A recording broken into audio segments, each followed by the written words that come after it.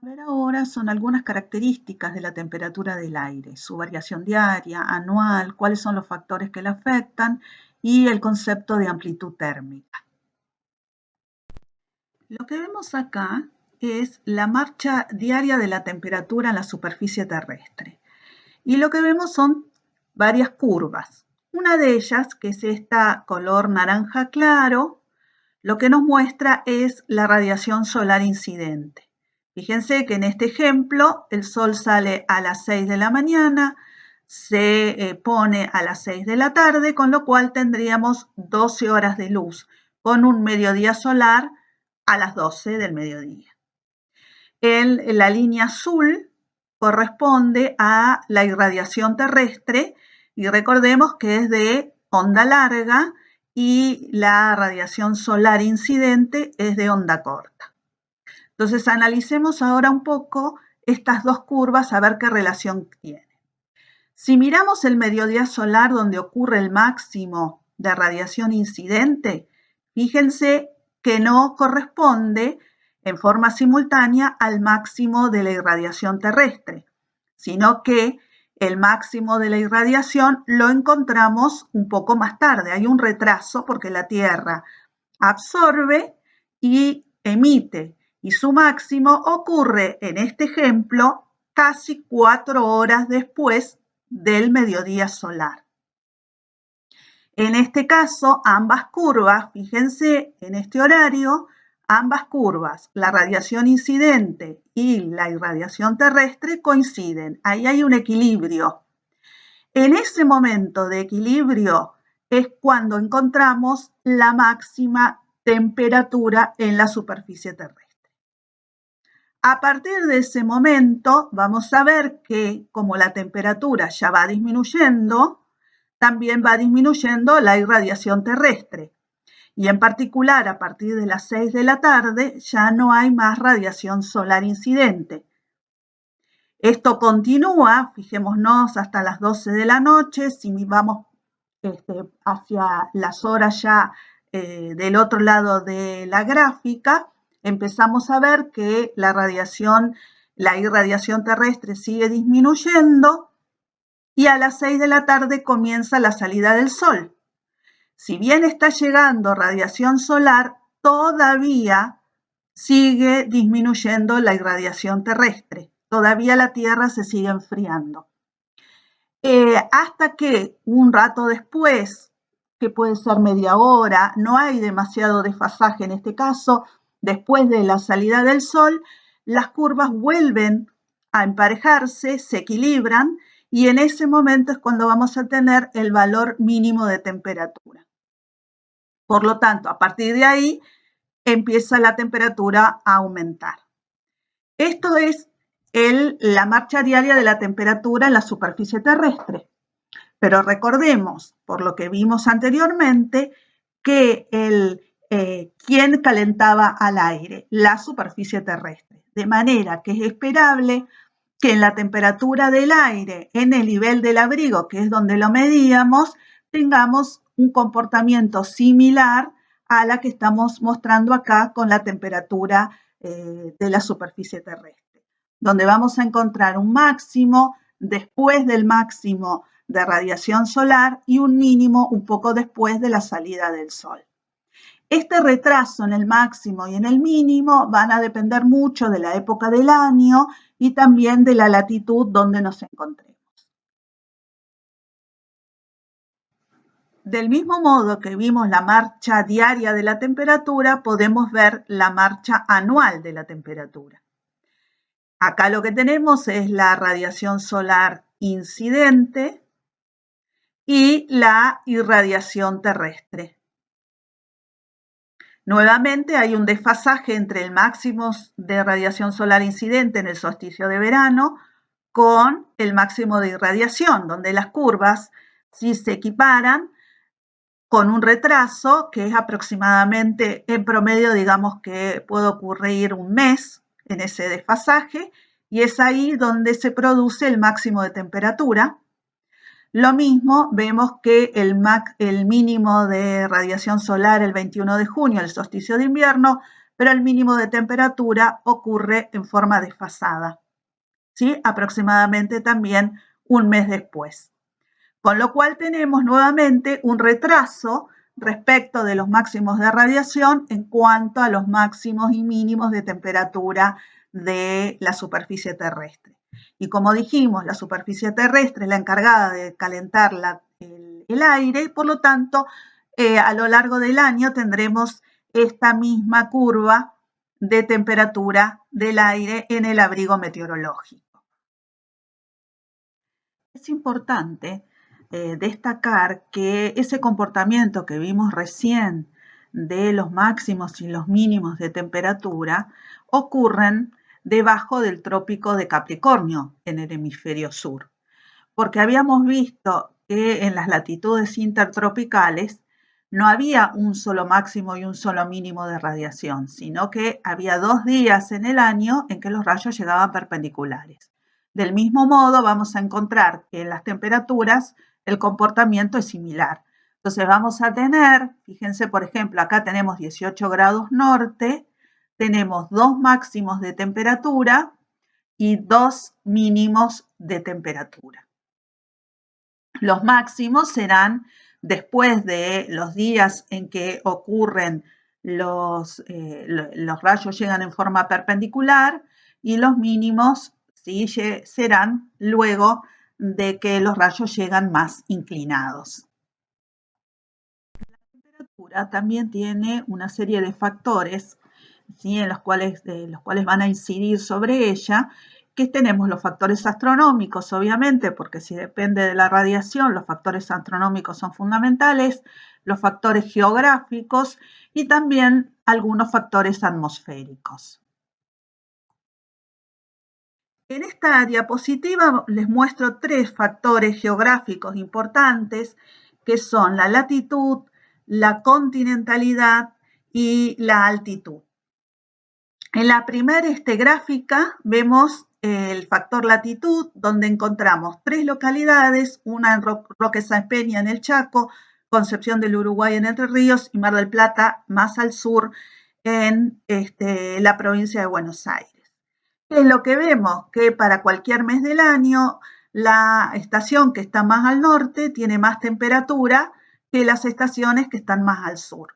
O sea, lo que vemos es una disminución de la temperatura a medida que aumenta la latitud.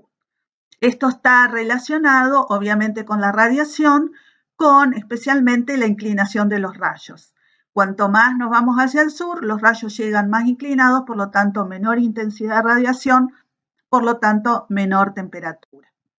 Si vamos al segundo factor, que es la continentalidad, también llamado influencia marítima, distancia al mar, tenemos 2 localidades, una bien costera como Mar del Plata y una localidad, La Pampa, que está mucho más adentro del continente, que presenta más situación de continentalidad.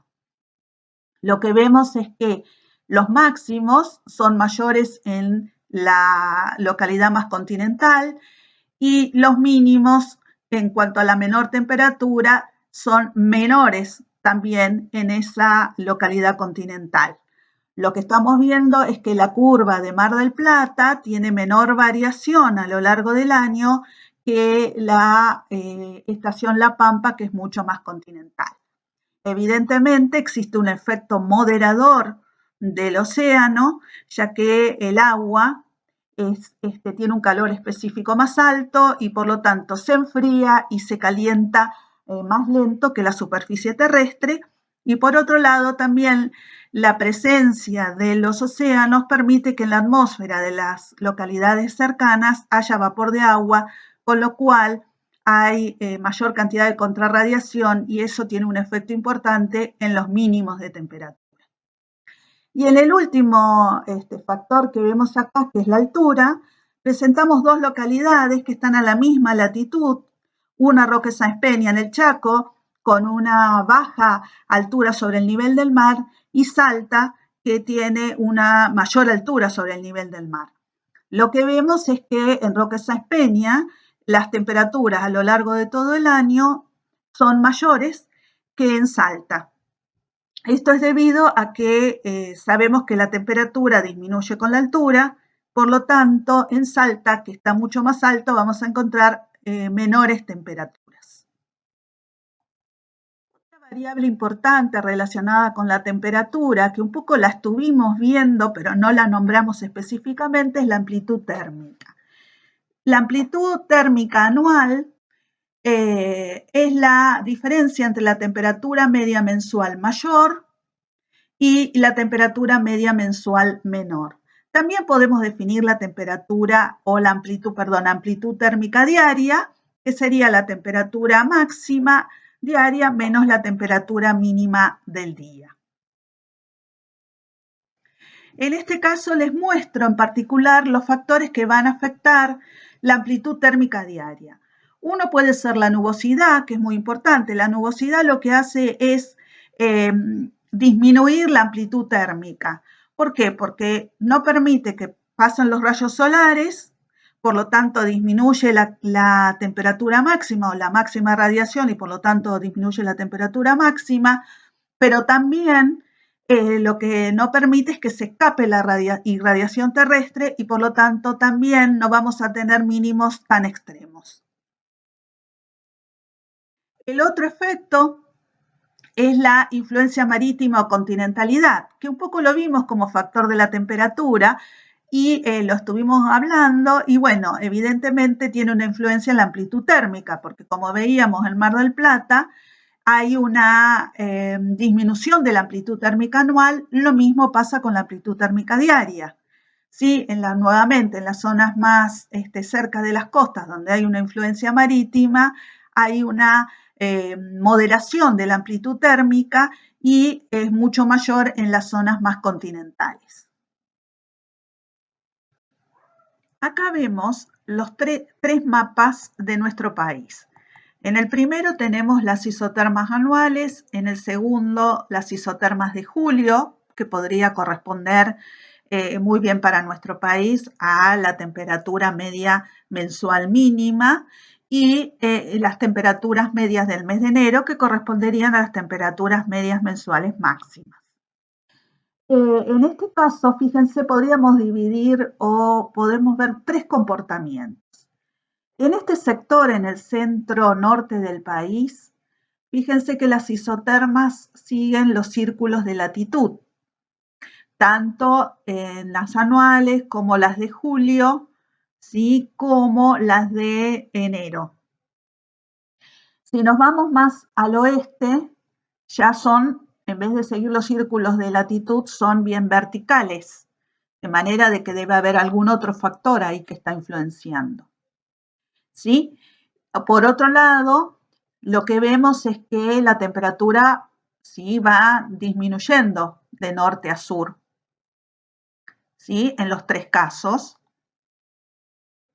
Y en la Patagonia, lo que vamos a ver es que las isotermas no van a seguir ni la forma horizontal ni vertical, sino que van a ser oblicuas. Entonces, lo que podemos analizar a partir de esto es que en las zonas más llanas, de llanura de nuestro país, es muy importante la influencia de la latitud y por otro lado, obviamente, la influencia marítima. ¿Sí? Entonces vamos a ver una disminución de la temperatura de norte a sur y un aumento de la temperatura ¿sí? De este a oeste por la influencia marítima. En las zonas de mayor altitud, que serían estas donde las isotermas son más verticales, en este sector lo que vamos a ver es que, fíjense, el factor más importante es la altitud, porque dijimos que la temperatura disminuye con la altura, por lo tanto, para seguir una isoterma y encontrar un punto con igual valor de temperatura, nos tenemos que ir cada vez más al norte, ¿sí? Porque la temperatura en este sector disminuye con la altura. Y en la zona de la Patagonia, por un lado tenemos, bien en el oeste, una influencia de la altura sobre el nivel del mar, pero también el continente en este sector, y en particular nuestro país, es mucho más angosto, por lo cual tenemos una influencia marítima. que va a moderar las temperaturas.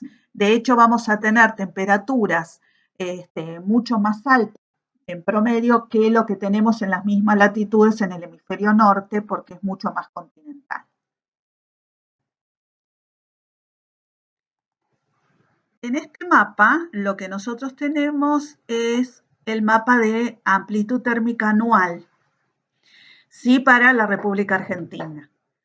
Fíjense que lo que vemos es que en el norte de nuestro país hay menor amplitud, va a ir aumentando, ¿sí?, a medida que vamos a mayor latitud, y luego también ya más al sur empieza a disminuir un poco. Pero si lo vemos desde el este hacia el oeste, vemos también que va aumentando la amplitud. Con lo cual, lo que vamos a ver es que entonces hay distintos factores que están influenciando en la amplitud térmica anual. Uno de ellos es la influencia marítima, ¿sí? Como lo que vimos anteriormente para la amplitud diaria, también funciona para la amplitud térmica anual. La presencia de vapor de agua es un moderador de la temperatura, por lo tanto las amplitudes térmicas van a ser menores. Esto tiene que ver con el calentamiento y el enfriamiento más lento del océano por su alto calor específico y también por el comportamiento en cuanto al vapor de agua con el efecto invernadero. En las localidades que están más al oeste, digamos, los mínimos van a ser más bajos, pero los máximos también van a ser más altos, porque en una atmósfera con menos cantidad de vapor de agua puede ser que haya menos nubosidad o es con alta probabilidad, con lo cual llega mayor radiación y podemos tener mayores temperaturas. Por otro lado, es importante la altitud. Fíjense que acá, en este sector que yo les estoy marcando, también influye que haya mayor altura sobre el nivel del mar. Y por otro lado, también tenemos la latitud. ¿Sí? Si uno mira en las latitudes menores, hay menos amplitud térmica porque hay menos variación entre horas de luz entre verano e invierno y menor variación en la inclinación de los rayos, con lo cual vamos a tener que la diferencia entonces de temperatura van a ser menores. Y en la zona más al sur, obviamente la influencia marítima también morigera la amplitud térmica anual. Si nosotros comparamos para estas mismas latitudes, para el hemisferio norte, vamos a encontrar amplitudes térmicas mucho más grandes, ¿sí?, debido principalmente a la diferencia o a los inviernos mucho más rigurosos que los que nosotros tenemos por el efecto moderador del océano. Acá están marcadas las zonas con mayor amplitud térmica.